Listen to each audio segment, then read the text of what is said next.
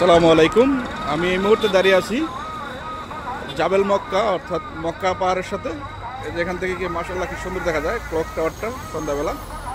এই যে ক্লক টাওয়ারের পাশে কিন্তু মসজিদ আল হারামাইন অবস্থিত। এই যে মসজিদ আল হারামাইনের মিনারগুলো দেখা যাচ্ছে ছোট ছোট, মানে পাহাড়ের উপর দিয়ে দেখা যাচ্ছে, তো পাহাড় এবং বিল্ডিংয়ের উপর দিয়ে দেখা যাচ্ছে, তার জন্য ছোট ছোট দেখা যাচ্ছে। তো এখান থেকে অনেক সুন্দর লাগে। এই যে মক্কা আল মুকাররমা অর্থাৎ হারামাইন শরীফের আশেপাশে যদি বিদ্যুৎ চমকায়, অর্থাৎ বাংলা ভাষা যেটা আমরা গ্রাম বাংলা যেটা বলি আর কি, যে ঠেড়া মারে, বিদ্যুৎ চমকায় আকাশ থেকে বিদ্যুৎ, ওটাকে সম্পূর্ণ প্রোটেকশন দেওয়ার জন্য যে হারামাইন শরীফের উপরে দেওয়া আছে আর্থ। যদি বিজলি চমকায় বা ঠাড়া মারা আকাশ থেকে, তাহলে সম্পূর্ণ এটা আটকে আর কি, এখান থেকে কন্ট্রোল করে আর্থের মাধ্যমে যে বিদ্যুৎ যেটা পতিত হয় ওটাকে সম্পূর্ণ এখান থেকে ধ্বংস করে দেওয়া হয়।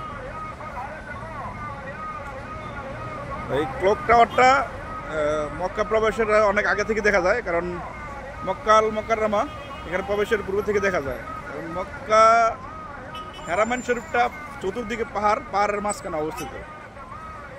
পাহাড়ের নিচে দিয়ে গাড়ি যায়,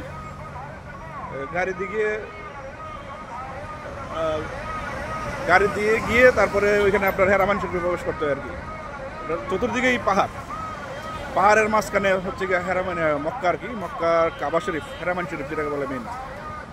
তো এই ক্লক টাওয়ারটা দূরে থেকে দেখলে বোঝা যায়। আর এই ক্লক টাওয়ারটা মূলত সর্বোচ্চ সুউচ্চ করা হয়েছে এই কারণে, যাতে আকাশের যে বিজলি বা বিদ্যুৎ পরে পতিত হয় বা ঠাডা পতিত হয়, এটাকে প্রতিরোধ করার জন্যই এটাকে সুউচ্চ করা হয়েছে। এবং এটার ওপরে যে আর্থ বর্নিংটা দেওয়া হয়েছে, এটা কিসের তৈরি আমি জানি না, কিন্তু এটা সম্পূর্ণ আটকে আর কি। আর এখানে সন্ধ্যাবেলায় খুবই সুন্দর লাগতেছে। আমি বাসের জন্য অপেক্ষা করতেছি, বাস পেয়ে গেছি, 4 ঘন্টা যাবত অপেক্ষা করতেছি। বাস এখন যাত্রী ফুল হয় নাই, এই জন্য ছাড়তেছে না। এই যে বাস এখান থেকে এখন মাগরিবের নামাজ পড়লাম, পড়ার পরে এই জিনিসটা সুন্দর লাগতেছে, ভাবলাম যে আপনাদের মাঝখানে একটু শেয়ার করি।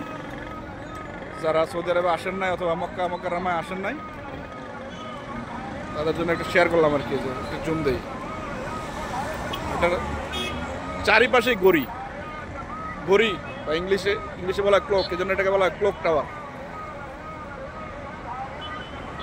আরেক হিসেবে এটাকে ঠাডা বা বিদ্যুৎ প্রতিরক্ষার জন্য এই সুউচ্চ ক্লক টাওয়ারটা বানানো হয়েছে। আর এটা সম্পূর্ণ ক্লক টাওয়ারের নিচে যে ফ্লোরগুলা সম্পূর্ণ এটা হোটেল, ভিআইপি হোটেল আর কি, দামি হোটেল, থাকার জন্য পুরাটাই হোটেল। সবগুলা বিল্ডিং দেখা যাচ্ছে সুউচ্চ, ক্লক টাওয়ারের সাথে অ্যাটাচ করা, সবগুলাই হোটেল।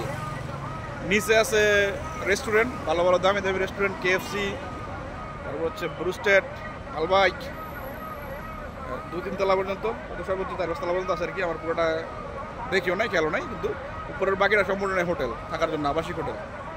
যারা উমরা হজ করতে আসে বিভিন্ন দেশ থেকে, তারা এখানে হোটেলে থাকে আর কি। আজকের মতো এই পর্যন্তই। আমার কথায় বা কোনো তথ্যে কোনো গ্যাপ থাকলে অবশ্যই ক্ষমাসুলভ দৃষ্টিতে দেখবেন। সবাই ভালো থাকবেন, সুস্থ থাকবেন। আল্লাহ হাফেজ।